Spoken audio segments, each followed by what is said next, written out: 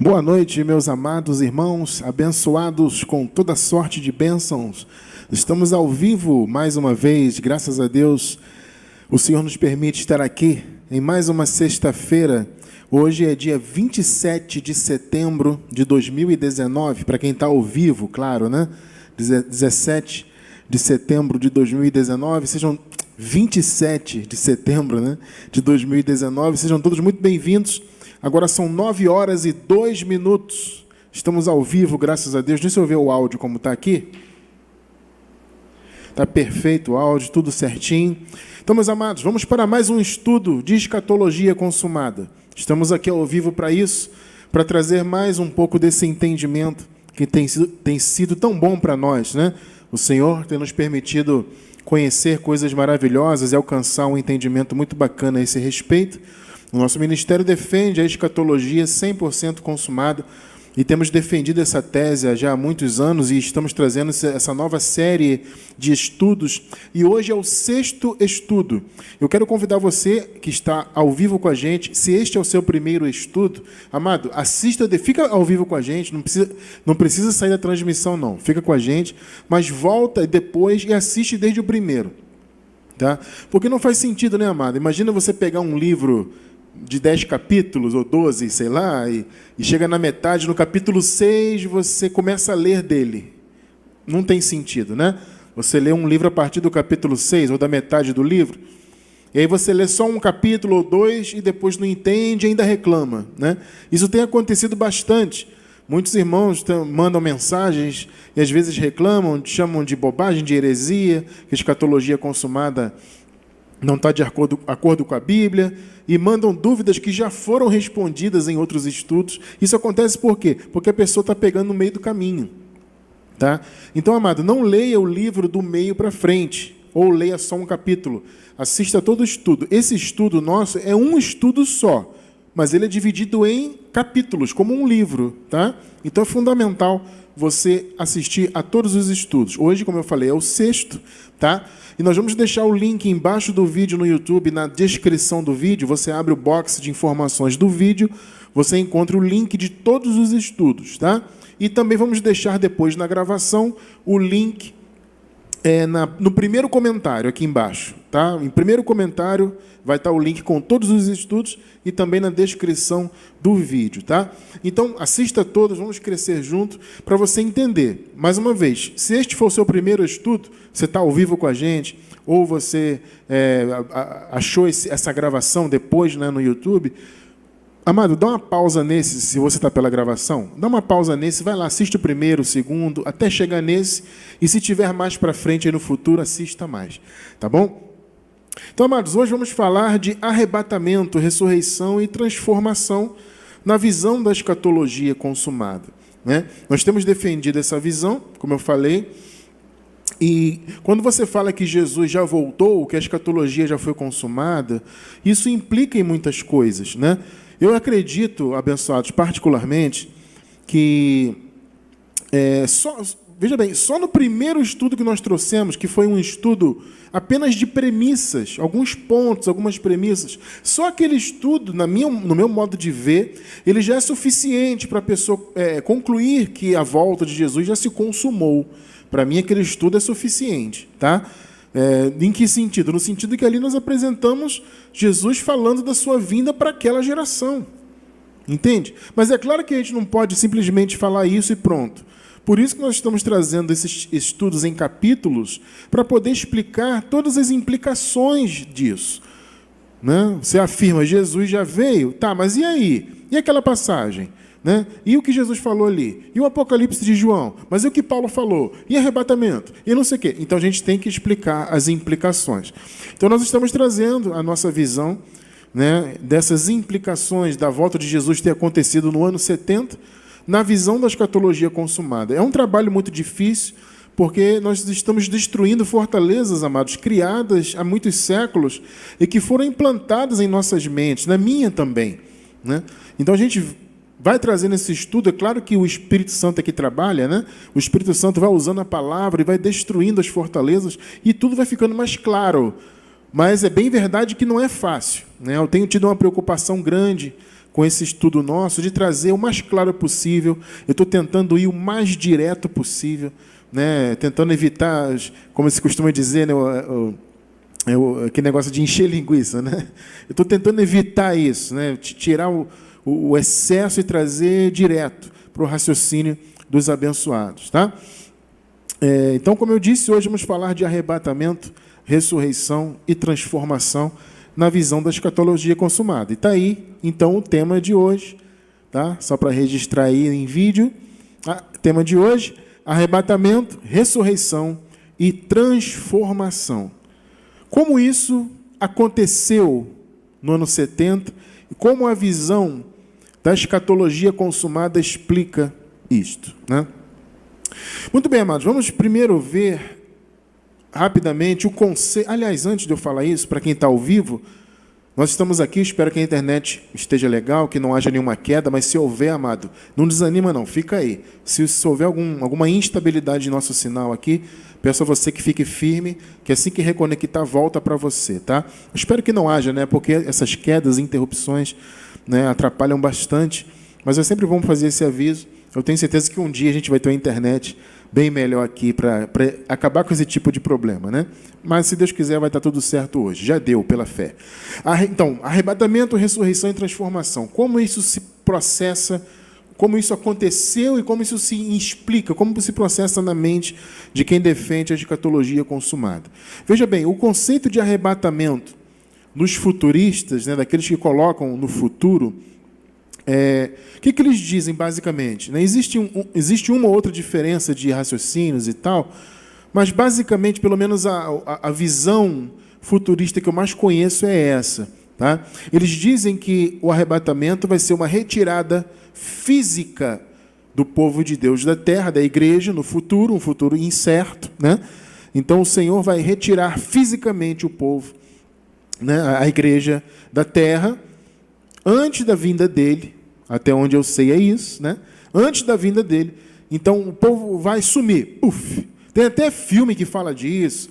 Eu me lembro que eu ouvi, amado, na época que eu era criança, e isso foi uma das coisas que mais me trouxeram pavor, né, em relação a esse assunto. Eu ouvi eu ia falar CD, não era CD.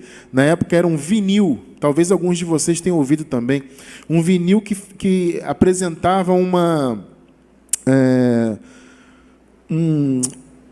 como fala? Me fugiu a palavra agora. Ele apresentava uma dramaturgia, é uma outra palavra que eu queria falar, mas assim, um teatro de áudio, né? Onde se fazia a interpretação do que aconteceria na volta de Jesus no futuro. Né? Então, eles dramatizaram isso, né?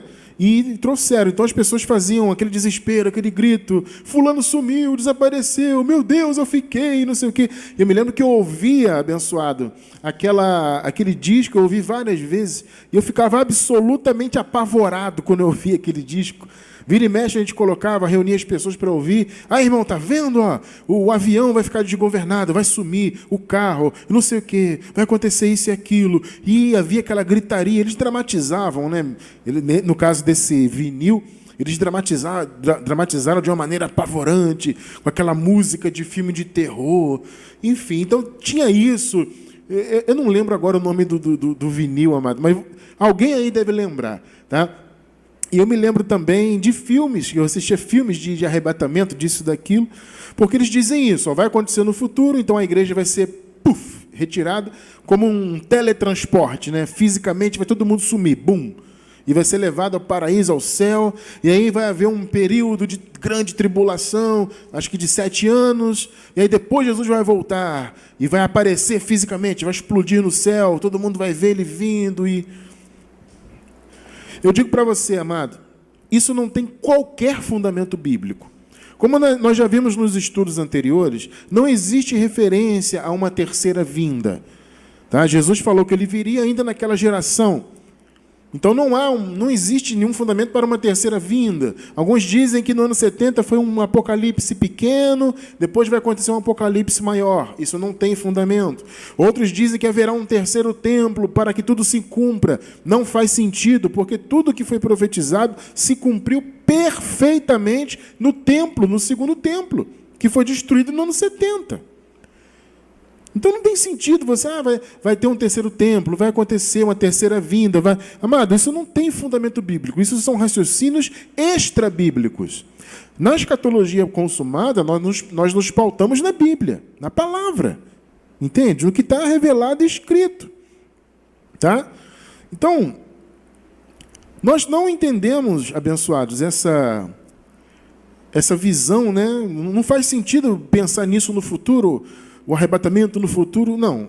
Se tudo já aconteceu, e você vai ver que o arrebatamento, assim como a ressurreição, a transformação, está intimamente ligada à vinda de Jesus.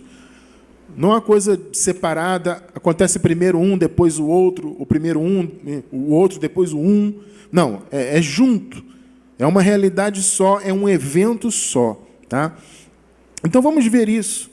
Já que, como nós vimos nos estudos anteriores, está muito claro que a vinda de Jesus se consumou no ano 70, né? Conforme ele profetizou, conforme nós vimos o apóstolo Paulo falando, né? As 70 semanas de Daniel, está tudo muito claro. Tá? Então, como fica, né, essa questão de arrebatamento, né? Já que há essa visão que eu falei, que é a mais famosa, né? Existem outras um pouco diferentes, um ponto ou outro, mas basicamente é isso, né? Sempre colocando para o futuro. Como fica isso na visão da escatologia que já foi consumada? E que é a visão bíblica, tá? Como eu falei, todo pensamento fora da escatologia consumada, ele é um pensamento extra-bíblico. Se você quer estar na Bíblia, então você fica com a escatologia consumada. Essa é a nossa proposta aqui, tá?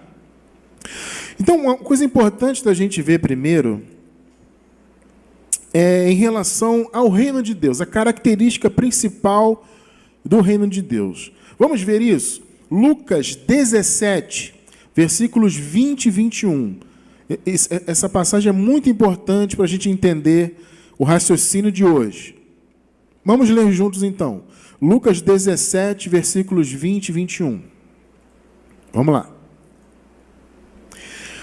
E, interrogado pelos fariseus sobre quando havia de vir o reino de Deus. Olha só, ele está falando da vinda do reino. A vinda do reino veio quando Jesus veio, na parousia, no ano 70. Tá? Então, interrogado pelos fariseus sobre quando havia de vir o reino de Deus, respondeu-lhes e disse: o reino de Deus, olha o que está frisado aí, amado, não vem com aparência exterior. Está vendo aí? Não vem com aparência exterior, nem dirão, ei-lo aqui ou ei-lo ali, porque eis que o reino de Deus está dentro de vós. Olha só o que Jesus está falando aqui, amado. Percebeu que a característica do reino é o quê? Que o reino é espiritual. Quando Jesus fala dentro de vós, é o quê? É uma alusão a algo que é espiritual. Então o que ele está dizendo? Olha, vocês não vão ver o reino de Deus fisicamente. Entende? Não vai ser um território aqui na terra que vai vir do céu. Não é isso. Vocês não vão ver, não vão dizer, o reino está ali, o reino está lá. Percebe? O que Jesus está dizendo? Que não é possível ver o reino com olhos naturais. Porque quando alguém disser sobre o reino, ele vai estar dentro de vós. Existe uma versão em português que aparece entre vós, tá?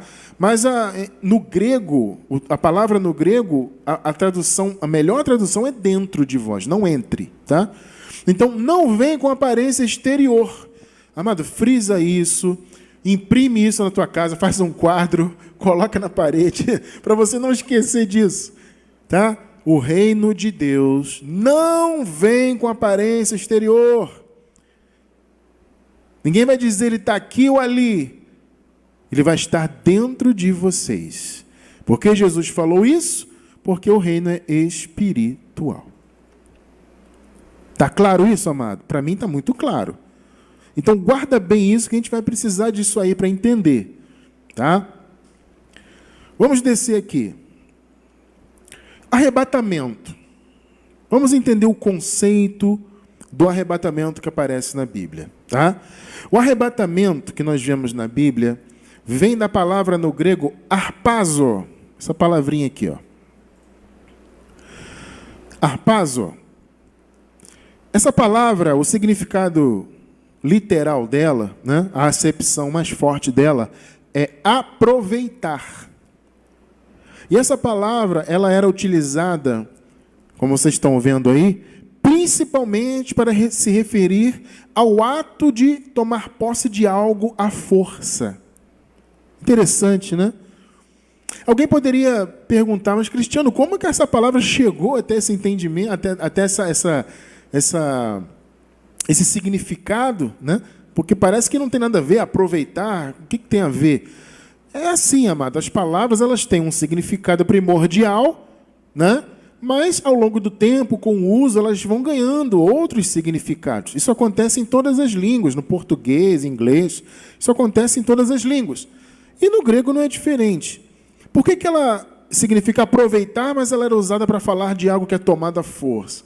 Porque o sentido aqui de aproveitar é o sentido, por exemplo, de alguém que toma posse de uma herança, né? Então ele toma aquela herança e ele vai aproveitar a herança. Percebe? E um sentido também muito utilizado é no sentido da pessoa que... da guerra, despojo de guerra. Quando uma nação entrava em guerra com outra e vencia a guerra, a nação que vencia, o que ela fazia? Ela tomava posse da terra, tomava posse dos bens da nação que perdeu. É os chamados despojos de guerra. Então, esse é o sentido. Ou seja, eles venciam a guerra e, entre aspas, aproveitavam-se do que eles resgatavam das outras nações. Ou seja, eles tomavam a força. Está vendo como é que o sentido vai chegando perto? Né? Então, eles se aproveitavam e tomavam a terra, muitas das vezes, tomavam os bens, muitas das vezes. Esse é o sentido. Por isso que chegou nesse sentido, de tomar a força. Então, sempre que nós encontramos, abençoados, essa palavra no Novo Testamento, o sentido é sempre esse. Tomar força, tipo roubar, né, arrancar. Um exemplo que nós encontramos dessa palavra é quando Jesus falou assim, ó, as minhas ovelhas ouvem a minha voz, eu as conheço, elas me seguem, eu lhes dou a vida eterna, jamais perecerão, e ninguém o quê? As arrebatará das minhas mãos. Ou seja, ninguém vai arrancá-las à força de mim. Entendeu o sentido? Ninguém vai retirá-las de mim porque elas me pertencem. Então, quando alguém retirava alguma coisa de outra pessoa, que pertencia a outra pessoa, por exemplo, e alguém arrancava aquilo à força, isso é harpazo. Entende o que é arrebatamento? É isso. Foi colocado na nossa mente que arrebatamento era uma retirada, né, até pelo sentido mesmo da palavra, como um teletransporte físico, puf, do céu para a terra. Você vê que o sentido não é necessariamente esse. Essa não é a única interpretação que se pode dar. Como eu falei, a palavra é usada para algo que é tomado à força. Então, Jesus deu um exemplo. As minhas ovelhas estão na minha mão. Ninguém pode harpazo, ninguém pode arrebatá-las da minha mão, retirá-las de mim, porque elas me pertencem. O sentido é esse. Você já começa a clarear, não começa a clarear? O que significa arrebatamento? A gente vai chegar lá. Vamos ver aqui um exemplo de arrebatamento. Mas veja bem, esse exemplo que eu vou dar aqui, ele é até diferente do que aconteceu no ano 70. Eu quase que nem coloquei esse exemplo aqui no esboço, mas eu resolvi manter. Eu ia retirar, mas eu resolvi manter. Tá? E você vai ver por quê. 2 de Coríntios 12, versículos do 2 ao 4. Vejam só, vamos ler aqui. Do 2 ao 4. Aqui é Paulo falando dele mesmo. Conheço um homem em Cristo que há 14 anos, se no corpo não sei, se fora do corpo não sei, Deus o sabe, foi o que? Arrebatado ao terceiro céu. Foi ao paraíso. Eu sei que o tal homem, se no corpo, se fora do corpo não sei, Deus o sabe, foi arrebatado ao paraíso. O terceiro céu é paraíso, né? E ouviu palavras inefáveis que ao homem não é lícito falar. Observe uma coisa. Há duas chances aqui, certo? Ou ele foi arrebatado no corpo, ou ele foi arrebatado no Espírito. O que nós podemos raciocinar em cima disso? E quando se fala em arrebatamento espiritual, isso não é antibíblico, como alguns falam. Arrebatamento espiritual não existe. Veja, a palavra harpazo, ela até poderia ser usada para um arrebatamento físico, porque ela significa isso, algo que é retirado à força, algo que pertence a alguém e retirado à força. Contra a vontade, por exemplo. Obviamente, Paulo não imaginava que seria arrebatado. Obviamente, foi contra a vontade pessoal dele. Foi soberania de Deus. Deus o arrebatou. Entende? Mas ele fala, olha, não sei se foi no corpo ou se foi fora do corpo, se foi no espírito. Então, a metade, 50% de chance de ter sido um arrebatamento espiritual. Eu particularmente entendo que foi espiritual. Por quê? Porque o reino, o paraíso, o terceiro céu, é um ambiente espiritual. Concordam? Então, eu não posso interpretar, né, como alguns forçosamente interpretam. Arrebatamento aqui foi físico, com certeza, porque eles querem dar força a esse entendimento de que o arrebatamento é uma retirada física do povo, né? Com esse corpo físico, faz um teletransporte mágico e some todo mundo. É claro, mais uma vez, o que aconteceu com Paulo foi diferente do que aconteceu no ano 70. Até porque Paulo foi arrebatado antes da vinda do reino. Então isso interfere, obviamente. O arrebatamento no reino foi uma outra realidade. Mas aqui você já entende que arrebatamento no sentido espiritual é válido. E para mim foi no espírito, não no corpo. No meu modo de ver. Há 50% de chance de ser um ou outro, né? Para mim foi espiritual, porque o reino é espiritual. Tá? Então isso foi só mais uma curiosidade, é um parêntese que eu abri, para vocês verem que falar em arrebatamento espiritual não é algo sem precedentes. Não. Como muitos querem fazer acreditar. Então, abençoados, a vinda do reino foi algo que aconteceu no âmbito espiritual. Como vocês viram lá em cima no início, não foi algo visível aos olhos naturais. Muitos hoje ficam com esse argumento, mas se você diz que Jesus voltou, Cristiano, como é que não tem registrado na história? Como é que ninguém disse que viu ele?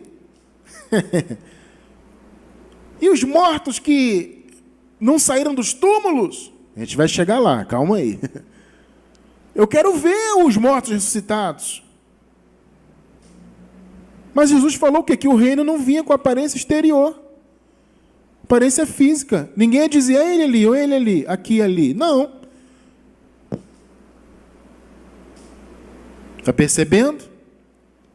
A vinda do reino aconteceu em âmbito espiritual. Mas houve um registro histórico da vinda do Senhor? Houve. O que foi visto aos olhos naturais? O juízo. Entende? A vinda de Jesus, além de trazer o reino espiritual, trouxe o juízo contra Israel. O juízo foi visível, tanto que o juízo é amplamente registrado na história. Qualquer pesquisazinha na internet, aí você encontra a guerra dos judeus contra Roma. Então está registrado. A vinda de Jesus tem registro histórico? Tem. Em que aspecto? No aspecto do juízo. Porque era impossível vir o juízo, a destruição e não haver registro. Entende? Mas o reino em si, ele se manifestou espiritualmente. Ele veio espiritualmente. Não foi visto a olhos nus. Por isso que ninguém pode dizer, mas eu não vi, não tem registro na história que alguém disse que viu Jesus voltar, porque foi no âmbito espiritual. Logo, obviamente, o arrebatamento foi no âmbito espiritual. Eu não posso divorciar uma coisa da outra. Mais uma vez, a vinda do reino trouxe em seu bojo tudo. O juízo contra Israel, arrebatamento, ressurreição, transformação. Tudo isso aconteceu na vinda do reino, na parousia. Se a parousia for espiritual, se o reino espiritual não seria visto com aparência exterior, então o que aconteceu foi espiritual. Concorda que isso tem lógica?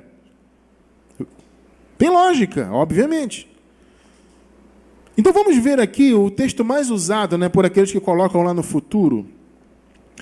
1 Tessalonicenses, capítulo 4, verso 16 e 17.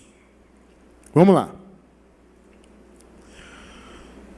Porque o mesmo Senhor descerá do céu. Note que Paulo está falando o que Jesus disse lá. Jesus disse que ele viria no céu, nas nuvens. Eu falei, como eu já expliquei para vocês nos estudos anteriores, a nuvem tem não é literal, não é uma nuvem física de chuva que você vê. A nuvem tem um sentido de autoridade, de juízo, de força, de reino. Esse é o sentido, tá? Então Paulo está falando exatamente o que Jesus falou lá. Ó. Porque o mesmo Senhor descerá do céu com alarido, e com voz de arcanjo, e com a trombeta de Deus. A trombeta é um símbolo de anúncio. Né? Quando um rei, por exemplo, ia sei lá, para uma guerra, ou sei lá, para alguma reunião fora do seu reino, né? Em outro país, em outro lugar, em outro estado, ele voltava, havia um anúncio. Quando ele voltava de guerra, o rei foi guerrear. Na volta havia o quê? Um anúncio que ele estava voltando. Então se tocavam trombetas. Vocês percebem o sentido de Paulo usar essa metáfora aqui, o sentido histórico disso? A trombeta, nesse caso aqui, é um anúncio do rei chegando. E os que morreram em Cristo, olha aí, ó, ressuscitarão primeiro. Você está vendo que a ressurreição está intimamente ligada à vinda. Não pode separar. Então, o que houve lá? O Senhor desceu no reino invisível, espiritual. Ninguém disse ei-lo aqui ou ei-lo ali. Pegou, né? Houve a ressurreição. A ressurreição espiritual em que sentido? No mundo espiritual. Os que estavam mortos ressuscitaram com corpos glorificados.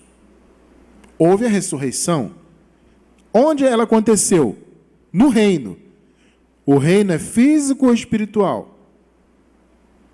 Espiritual. Está percebendo?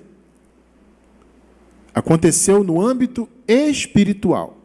Eles ressuscitaram no reino, com corpos de glória. Aí Paulo fala, note que eu frisei as palavras aqui, ó. Depois nós...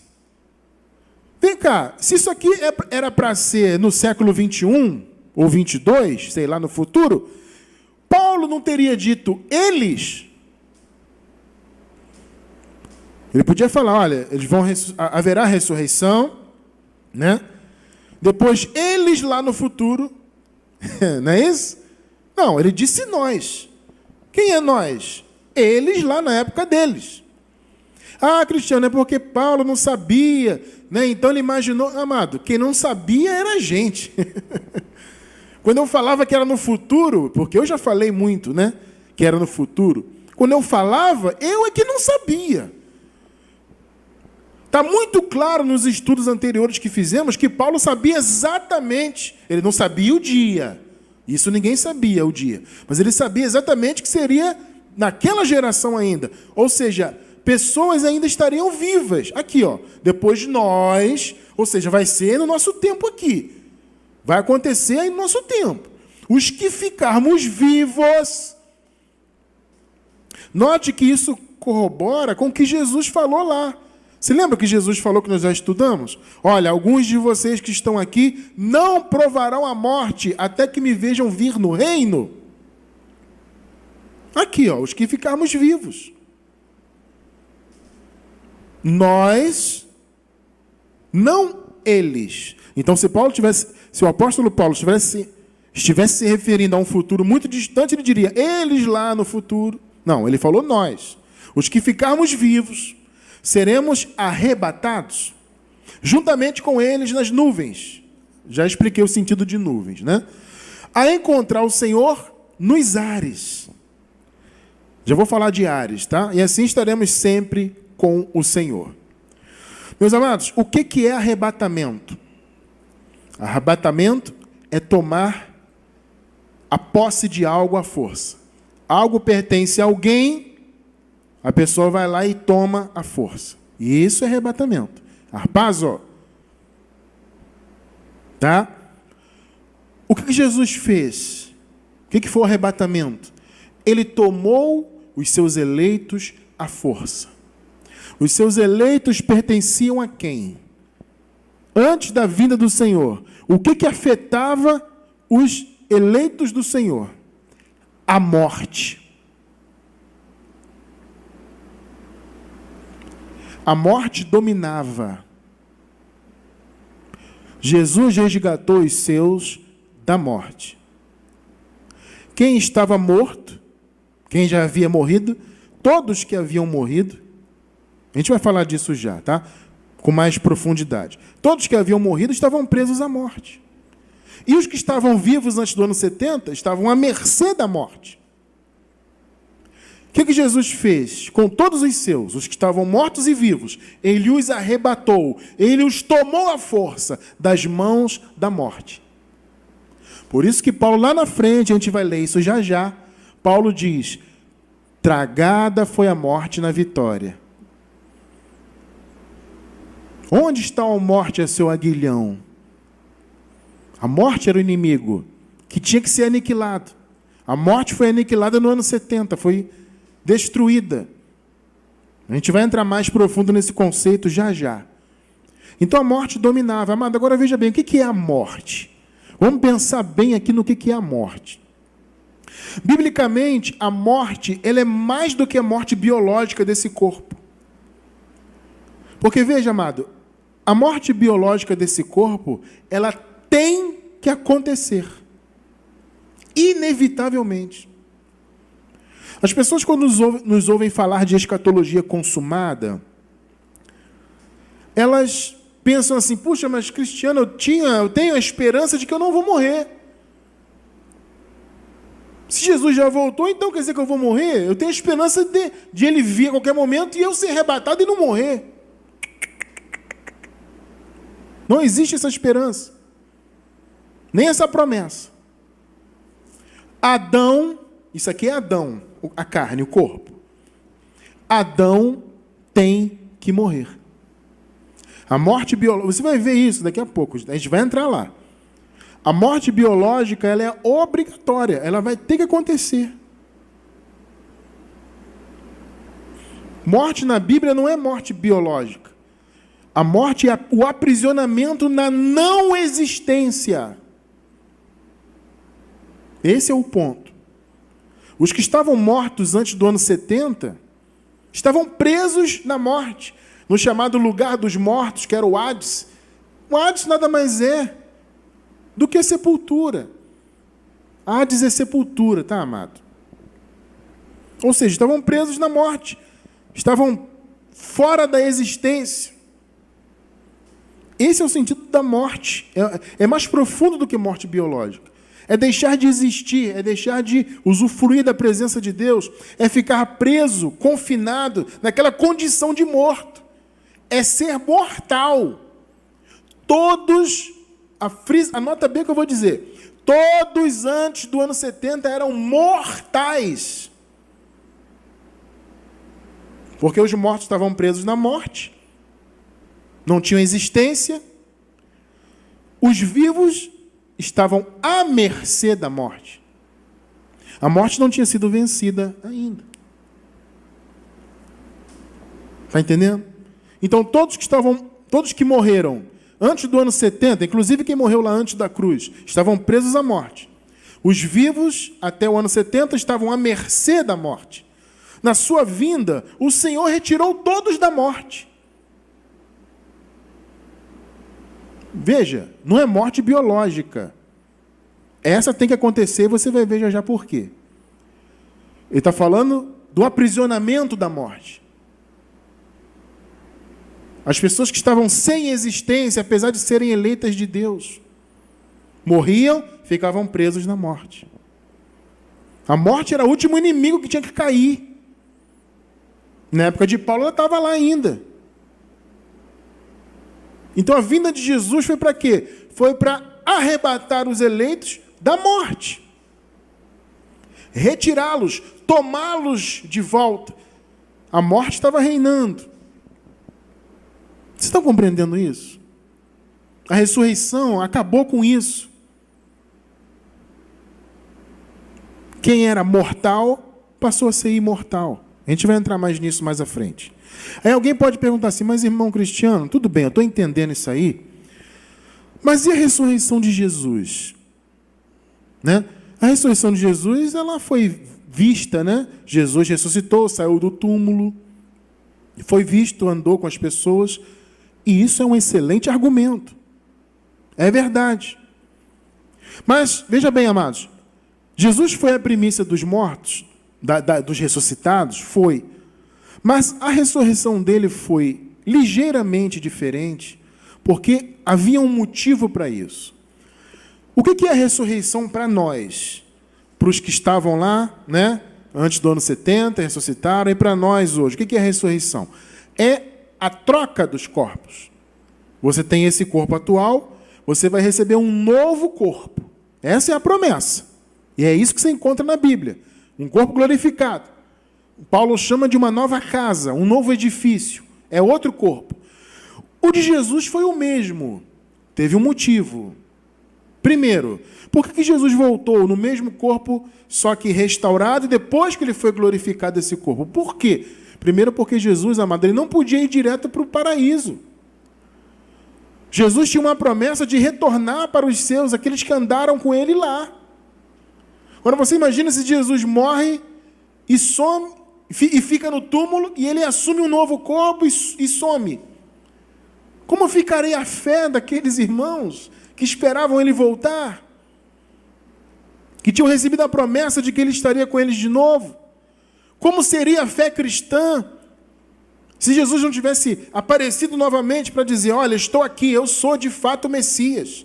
Aqui, eu voltei para vocês. Levem a minha mensagem. Pensa nisso. Você entende por que a ressurreição de Jesus teve essa característica ligeiramente diferente? Na verdade, até bastante diferente, se você olhar bem. Houve um motivo para ser diferente. O fato é que ressurreição existe, Jesus provou isso. Ele teve que voltar para que houvesse registro histórico da sua ressurreição, como nós vemos aí na Bíblia. Então houve registro da sua ressurreição, ele esteve com os seus discípulos e depois ele foi glorificado. Agora eu te digo, por que? Um segundo motivo. O primeiro é esse, ele tinha que voltar e reaparecer, para cumprir a promessa, para demonstrar, de fato, eu sou o Messias, para encher o coração dos seus discípulos de fervor, de esperança, de vontade de fazer a obra.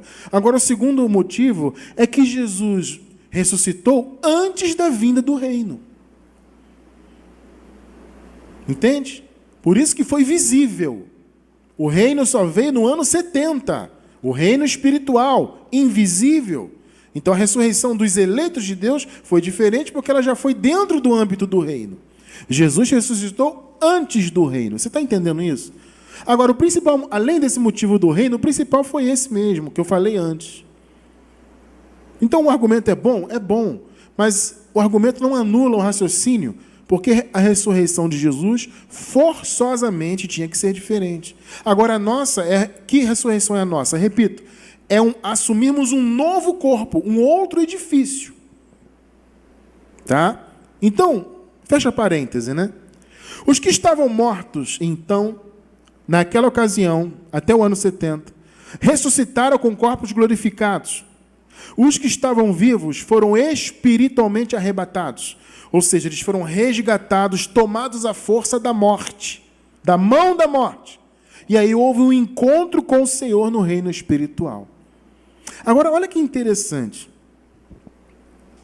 Alguém pode perguntar assim, mas, Cristiano, se o arrebatamento foi espiritual, significa então que Jesus retirou o espírito das pessoas? Não, amado, não é isso.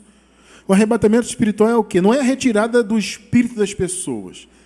Foi a retirada das pessoas da mão da morte. Você está entendendo isso? Vou repetir, o povo de Deus estava preso à morte. Todos que morreram antes da cruz, depois da cruz, durante o período de transição, todos foram mortais, estavam presos na morte, na sepultura, confinados, não tinham existência. Suas almas e seus espíritos estavam lá sem existência. E os que estavam vivos até o ano 70 estavam à mercê da morte. Eles eram mortais. Agora, veja que interessante isso aqui. Quando você vê o encontro com o Senhor nos ares, A gente pensa logo o quê? Poxa, flutuar, né? O Senhor vai arrebatar, a gente vai flutuar. A palavra ares, né? Vem do grego aer. Ela é uma palavra que falava especificamente do ar mais baixo, mais denso, ou seja, o ar que nós respiramos. O encontro foi nos ares, ao nosso redor. Olha que tremendo isso. Note que eu estou indo lá na palavra no grego. A gente sempre ouviu o encontro nos ares, então vamos subir. Mas os ares são esses ares aqui. É o ar denso, é o ar que está ao nosso redor, é o ar que eu respiro, que nós respiramos. Então você percebe que arrebatamento não é retirada, nesse sentido de arrancar fisicamente da terra, ou retirar o espírito da pessoa de dentro dela, não. É arrebatar das mãos da morte. É arrebatar de uma condição. O povo estava em condição de morte. O povo era mortal. O Senhor arrancou, arrebatou os seus eleitos da morte. Os que estavam mortos ressuscitaram com corpos glorificados lá no reino. Os que estavam vivos foram arrebatados. Nos ares se encontraram. Mas não é no ar lá em cima, é no ar aqui embaixo. Percebe? Está começando a ficar claro para você, né? Para mim está muito claro.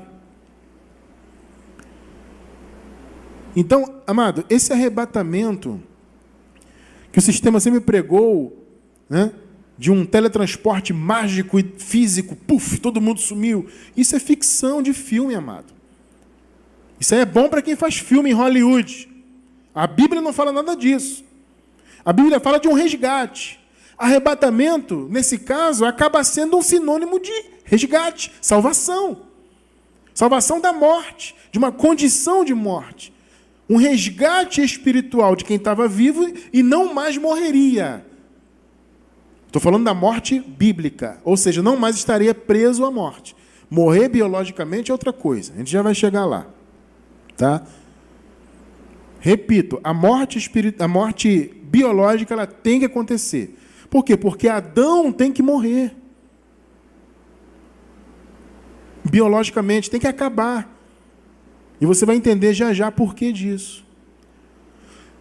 Então, o que é arrebatamento? Resgate da morte.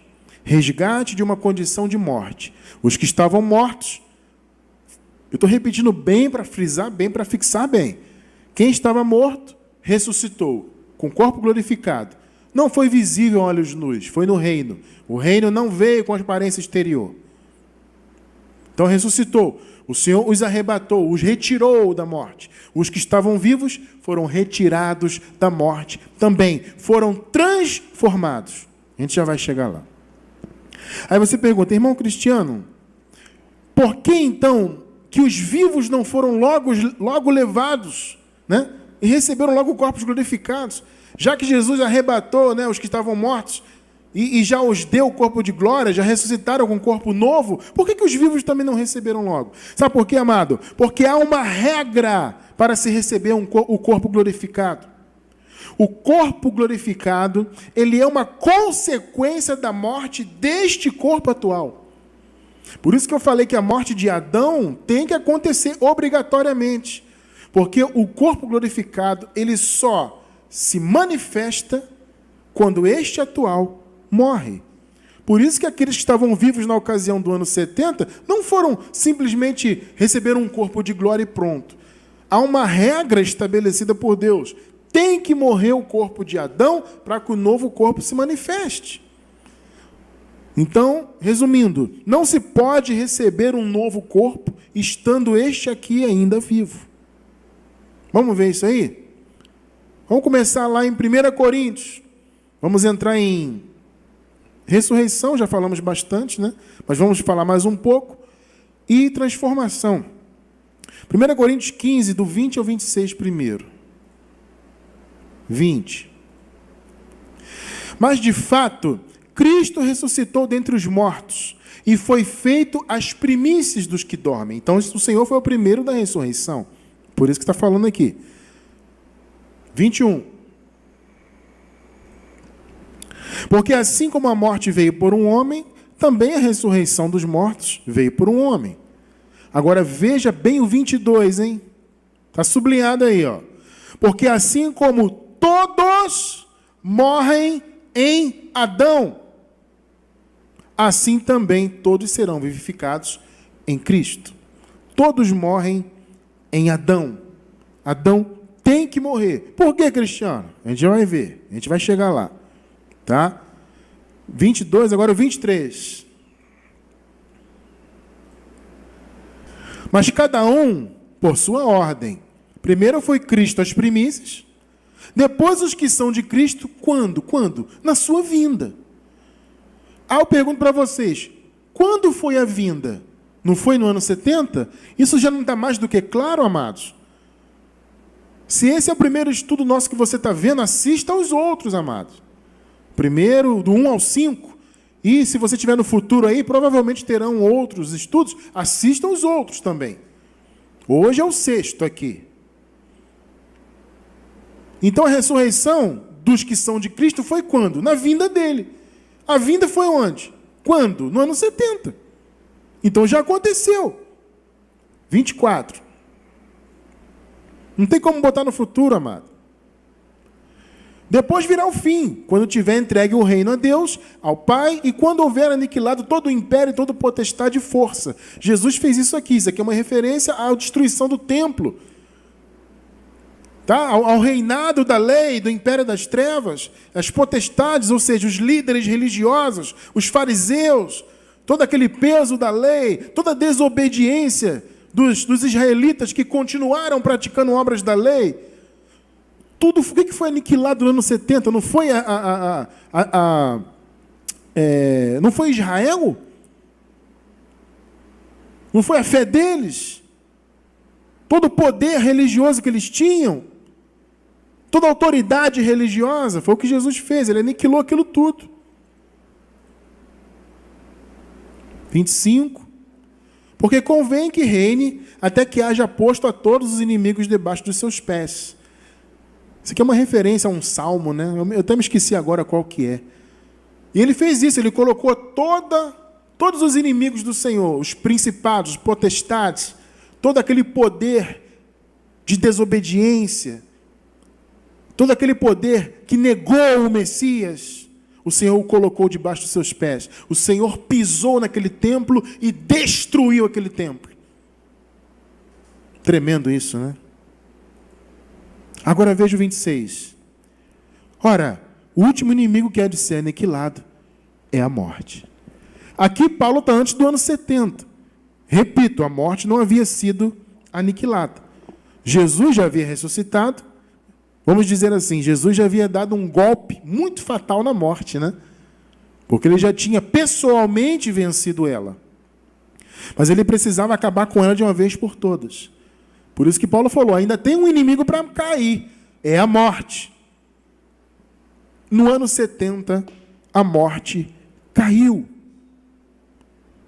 Note, mais uma vez, eu não estou falando de morte biológica, essa tem que acontecer. Eu estou falando do estado de morte. A morte permanente. Vocês estão entendendo isso? O aprisionamento da morte, o aguilhão da morte. Isso tinha que acabar. Os eleitos estavam ainda submetidos nela. Os que morreram antes do ano 70 estavam presos em suas sepulturas. E os que estavam vivos estavam à mercê da morte. Jesus tinha que acabar com isso. Então, o último inimigo que tinha que ser aniquilado era a morte. Foi aniquilado no ano 70. Agora, veja a metáfora da semente que Paulo fala. E aí você vai entender por que tem que haver a morte espiritual de Adão, o nosso Adão. Por que ele tem que morrer biologicamente? Por que apesar disso, nós somos imortais? Você já vai entender isso. 1 Coríntios 15, vamos ler do 35 ao 44. Vamos lá. 35. Mas alguém dirá, como ressuscitarão os mortos? E com que corpo virão? Amado, veja o 36. Esse é outro que você tem que fazer um quadro e colocar na sua parede da sua casa. Insensato! O que tu semeias, não é vivificado, não nasce, se primeiro não morrer.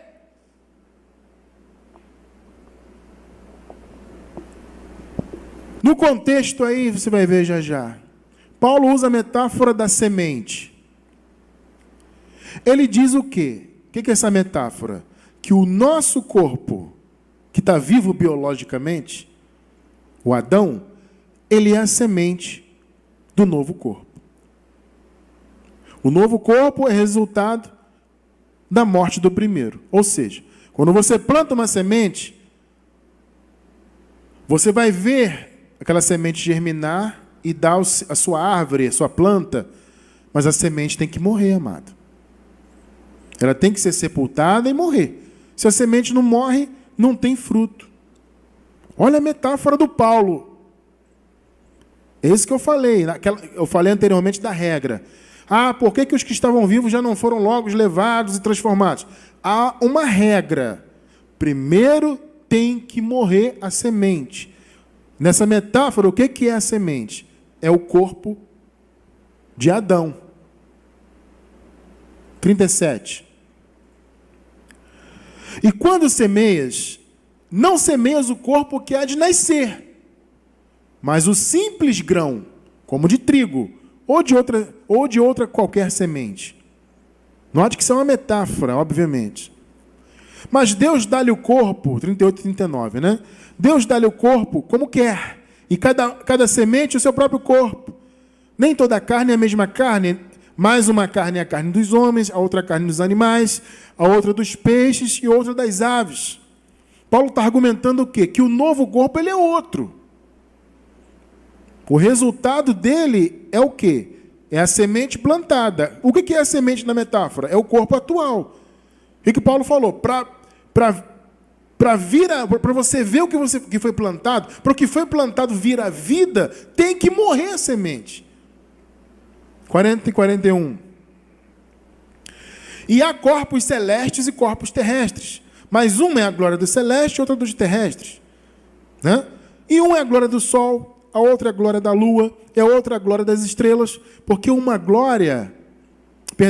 estrela difere em glória de outra estrela. Vai observando bem isso aí, amado. Ele está falando da diferença dos corpos. Ou seja, o corpo glorificado é um outro corpo, é diferente. 42. Assim também a ressurreição dentre os mortos. Olha só a revelação aqui. Semeia-se o corpo em corrupção, ressuscitará em incorrupção. Para haver ressurreição, tem que haver a semeadura do corpo atual. Então, na metáfora, o corpo atual é uma semente que é semeada em corrupção, porque é um corpo de corrupção, e ressuscitará em incorrupção. Você entende por que tem que haver a morte de Adão, desse Adão nosso aqui? Você entende isso? Entende por que aqueles que estavam vivos já não foram logo levados e transformados em um novo corpo? Não, tem que haver a morte primeiro. Todos morrem em Adão. Então tem que morrer para receber um corpo glorificado. É um outro corpo. A ressurreição para nós é essa. É um corpo novo. É um novo edifício, como Paulo fala, uma nova casa. Então tem que semear o corpo em corrupção, para ressuscitar em incorrupção. Nós vamos até o 44, nessa parte aqui, né? Então vamos lá, 43. Semeia-se em ignomínia, ressuscitará em glória. Semeia-se em fraqueza, ressuscitará em vigor. Amado, tem que plantar para colher. A visão aqui é essa. Essa esperança que, eu sonhava que, poxa, Cristiano, eu acreditava na vinda futura, eu tinha esperança que eu não ia morrer. Mas como que você vai receber o corpo glorificado se você não quer semear esse corpo aqui? Você entende isso? 44. Semeia esse corpo natural, ressuscitará corpo espiritual. Um é consequência do outro. Um morre como semente, o outro nasce. Né? Ou seja, vem à tona, se manifesta. Perdão. Se há corpo natural, há corpo espiritual. É um outro corpo. Pegou aí, né? Compreendeu, né? Percebeu por que Adão tem que morrer? E nós somos privilegiados. Nós que nascemos na nova aliança, depois dos anos 70, porque nós somos imortais. Você é um privilegiado.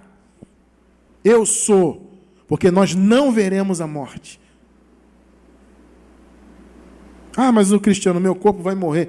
O corpo biológico, ele é de morte, ele tem que morrer. Só que você não ficará preso na morte. Essa é a nossa glória. Jesus tem que ser louvado por isso, porque nenhum de nós ficará preso numa sepultura. Nenhum de nós experimentará a não existência. Nós vivemos para sempre. Esse corpo morre, ele é sepultado. Para nós, imediatamente recebemos o corpo de glória já no paraíso. É imediato. Não existe um período de transição. Não existe um período que vai ficar ali dormindo, né? O termo que se usa, né? Dormindo, morto, sem existência. Para nós não tem isso. Antes do ano 70, o povo viu a morte, experimentou a morte, saiu da existência. Nós não. Entende? Mas esse Adão aqui tem que ser sepultado. Você não pode colher se não plantar. Pegou, né? E a transformação, Cristiano?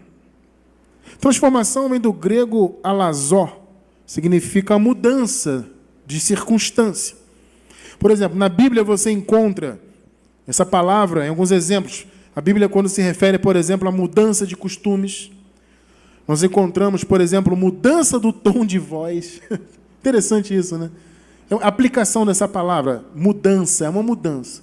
Uma mudança de circunstância, uma mudança de realidade. O que aconteceu? Jesus voltou. Os que estavam mortos até o ano 70 ressuscitaram no reino espiritual, já receberam seu corpo de glória. Um outro corpo, uma outra realidade. Por que eles receberam? Porque o primeiro corpo já tinha sido plantado. Tá? A semente já tinha sido plantada, então eles receberam. Os que estavam vivos, não. Eles foram arrebatados espiritualmente, ou seja, foram retirados da condição de mortais para imortais. Como é o nosso caso hoje, somos imortais. Eles foram transformados, eles mudaram de condição. Você está percebendo o que é transformação? É você deixar de ser corruptível e ser incorruptível. Deixar de ser mortal para ser imortal. Nós somos imortais. Por quê? Porque no ano 70 a morte foi destruída. O último inimigo caiu no ano 70. Por isso que nós não experimentamos a morte. Nós temos um privilégio tremendo. Esse corpo aqui, biologicamente ele morre. Cumpre aqui o propósito, cumpre o tempo de Deus e morre. Tem que morrer para ser plantado como semente para ressuscitar num novo corpo. Só que para nós isso é imediato. Os que estavam vivos na ocasião da volta de Jesus, eles foram transformados. Eles passaram da condição de mortais para imortais. Nós não fomos transformados, nós que nascemos depois do ano 70, porque nós já nascemos imortais. Percebe o privilégio que você, que nós temos? Pelo que Jesus fez no ano 70, em sua volta, em sua vinda. É um privilégio grande. Nenhum de nós verá a morte. Morte é uma ilusão para nós. Ela já foi destruída, não tem morte. O que tem é uma troca de condições. Você está num corpo físico aqui, imediatamente após essa máquina, entre aspas, parar de funcionar, imediatamente você recebe um corpo glorificado. Não há morte. Não há aprisionamento na sepultura. Entende? Ah, mas Cristiano, uma curiosidade que eu me lembrei agora, né? Cristiano, mas não há o seio de Abraão, não havia. Amado, deixa eu falar uma coisa para vocês. O seio de Abraão, ele era uma crendice dos judeus. Jesus até utilizou essa crendice deles quando ele fez aquela parábola do Lázaro mendigo e do rico. Vocês se lembram disso, né? Ele fez uma parábola ali, porque Jesus tinha uma intenção com aquela parábola, como todas que ele ensinou. Ele tinha intenção de trazer um outro entendimento ali, que estava por trás daquela história. Tá? Aquela história de Lázaro e do rico, aquilo não aconteceu literalmente, amado. Aquilo é uma parábola, como tantas outras. E Jesus usou o que os judeus acreditavam. Eles criam que quando eles morriam, eles iam para o seio de Abraão, para o Hades de Abraão, para o Sheol de Abraão, no caso. É isso que eles acreditavam. Mas, amado, Paulo não fala disso, não. Você vê Paulo falando de seio de Abraão? Nem Jesus ensinou sobre isso. Ele só citou dentro de uma parábola. Para você que está ouvindo, aliás, para quem está na gravação também, né? Tem um link embaixo do vídeo na descrição. Quando você abre o box de informações do vídeo, você encontra um link da nossa livraria. Leia o nosso livro Respostas em Graça. Leia, é de graça. Só clicar, você abre, lê, baixa, se quiser imprimir, fica à vontade. Leia lá. Uma das respostas fala sobre essa parábola do Lázaro e do rico. Tá? O seio de Abraão era uma crendice popular dos judeus. Tá bom? O que acontecia na realidade? Quem morreu antes do ano 70 não ia para seio de Abraão nenhum. Ia para a morte. E ficava preso na morte. É isso que Jesus venceu. Foi disso que Jesus resgatou os seus. Ele retirou da morte. Ele arrebatou das mãos da morte. Assim como ele disse, olha, ninguém pode arrebatar as minhas ovelhas das minhas mãos.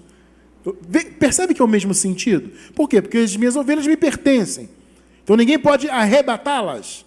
Ou seja, ninguém pode tomá-las de mim. Foi o que Jesus fez em relação à morte. A morte tinha os eleitos presos na mão dela. O último inimigo. Jesus fez o quê? Arrebatou os seus eleitos da morte. Os que estavam mortos ressuscitaram já com corpos glorificados. Por quê? Porque o seu corpo já tinha sido sepultado. A semente já tinha sido plantada. Os que estavam vivos foram arrebatados, retirados da morte, espiritualmente falando, ou seja, não mais passariam, não veriam a morte. Quem estava vivo no ano 70 teve o mesmo privilégio que nós, de não ver a morte. Então, quem esteve lá no ano 70 vivo foi transformado. Esse é o sentido da transformação. 1 Coríntios 15, 49 até o 57. E, assim como trouxemos a imagem do terreno, ou seja, Adão, carne, assim traremos também a imagem do celestial. 50. E agora digo isto, irmãos, que a carne e o sangue não podem herdar o reino de Deus. Aí, amado, está claro. Nem a corrupção herdará a incorrupção. 51. Eis que vos digo um mistério. Na verdade, nem todos dormiremos, mas todos seremos transformados. Muitos se apegam nisso aqui. Ah, Cristiano, está vendo aí? Nem todos dormiremos. Eu tenho a esperança que eu não vou morrer. Não, amado, Paulo está falando nem todos dormiremos até o ano 70. O que Paulo está falando aqui corrobora, mais uma vez, vou repetir, corrobora o que Jesus falou lá. Olha, muitos dos que estão aqui não verão a morte até que me vejam vir no reino. Paulo está corroborando o que Jesus falou. Nem todos dormiremos. Note que o contexto é a vinda de Jesus, a ressurreição aqui. Você não pode retirar o versículo do contexto para interpretar de outra maneira. Tá? Quando Paulo diz, nem todos dormiremos, o que ele está dizendo? Olha, quando Jesus voltar, eu não sei o dia que é exatamente, mas quando acontecer, vai ser na nossa geração, nem todos vão morrer, alguns vão estar vivos lá. Agora, todos seremos transformados. Ou seja, vai haver uma mudança, transformação, amado, no grego é mudança, é uma mudança de condição. Então Paulo está dizendo, olha, vai haver uma mudança. Por quê? Porque vai haver um arrebatamento. Hoje nós estamos presos na morte. Eu estou à mercê da morte, no caso, né? Como se Paulo estivesse dizendo isso, né? Eu estou à mercê da morte, vocês também. Se nós morrermos agora, vamos ficar presos lá na sepultura. Mas vai haver uma transformação. Que transformação é essa? 52. Num momento, num abrir e fechar de olhos, ante a última trombeta, porque a trombeta soará e os mortos ressuscitarão incorruptíveis e nós seremos transformados. Nós vamos mudar de condição. Que condição, Cristiano, que mudou? Vamos lá. Porque convém que isto que é corruptível, ou seja, nós atualmente que somos corruptíveis, esse tempo de morte que nós vivemos, porque o último inimigo ainda não tinha sido aniquilado, se revista de incorruptibilidade. Veja, é que isto que é mortal se revista de imortalidade. Percebeu o que é a transformação? É a pessoa sair da condição de mortal para imortal. Antes do ano 70, eles eram mortais. Estavam à mercê da morte, preso. Quem morresse ficava preso na sepultura. Quem já havia morrido estava preso, sem existência, sem a presença de Deus, sem usufruir de paraíso. Mas com a vinda do Senhor, os que estavam mortos, os que já haviam plantado a sua semente, né, o seu corpo adâmico, receberam já o corpo de glória. Os que estavam vivos passaram da morte para a vida. Não mais experimentariam a morte. E é exatamente como nós vivemos hoje, graças a Deus. Nenhum de nós nenhum eleito vai experimentar a morte. Amado, você que está me ouvindo, entenda isso. Você não verá a morte. Adão, essa, entre aspas, máquina, ela vai parar de funcionar. Adão tem que morrer, porque Adão é a semente do novo nascimento. No caso do novo corpo. Adão vai morrer biologicamente. Mas nós não somos Adão. Nós estamos Adão, vamos dizer assim. Nós somos eleitos do Senhor, somos espíritos que Deus criou. Então nossa alma e nosso espírito vai habitar um novo corpo. Nós não veremos a morte, jamais estaremos presos à morte. Isso é uma notícia maravilhosa. Entendeu o que é transformação? É você passar da morte para a vida, deixar de ser mortal para ser imortal. E quando isto que é corruptível se revestir de incorruptibilidade, e isto que é mortal se revestir de imortalidade, então vai se cumprir a palavra que está escrita: tragada foi a morte na vitória. Nessa época que Paulo escreveu, isso ainda não havia acontecido. Por isso que ele falou, o último inimigo é a morte. Eles ainda, nesse período aqui da carta, ainda estavam à mercê da morte. Os que haviam morrido estavam presos nela, e os que estavam vivos estavam à mercê dela. Mas ele falou, quando Jesus voltar, quando nós formos transformados, ou seja, quando houver essa mudança, a mudança de pacto, a mudança de condição, morte para imortalidade, aí a morte vai ser tragada. E foi no ano 70. E aí ele diz, onde está, ó morte, o teu aguilhão? Onde está, ó morte, a tua vitória? Ô amado, que palavra, que convicção que Paulo tinha. Você vê que eles estavam vivendo ainda um momento de esperança. Era um momento ainda de aguardar. Era um momento ainda de apreensão, porque eles sabiam que se morressem, ficariam presos à morte. Eles não sabiam exatamente quando Jesus ia voltar. Mas Paulo já cantava a vitória. Ô morte, cadê o teu aguilhão? Porque Jesus vai vir e vai destruir você. Vai acabar com o Hades, com a sepultura, com o aprisionamento. Nós vamos ser transformados, vamos passar de mortais para imortais. 1 Coríntios 56, 57, para encerrar. Ora, o aguilhão da morte é o pecado. E a força do pecado é a lei. Por isso que a lei tinha que cair definitivamente, amado, no ano 70.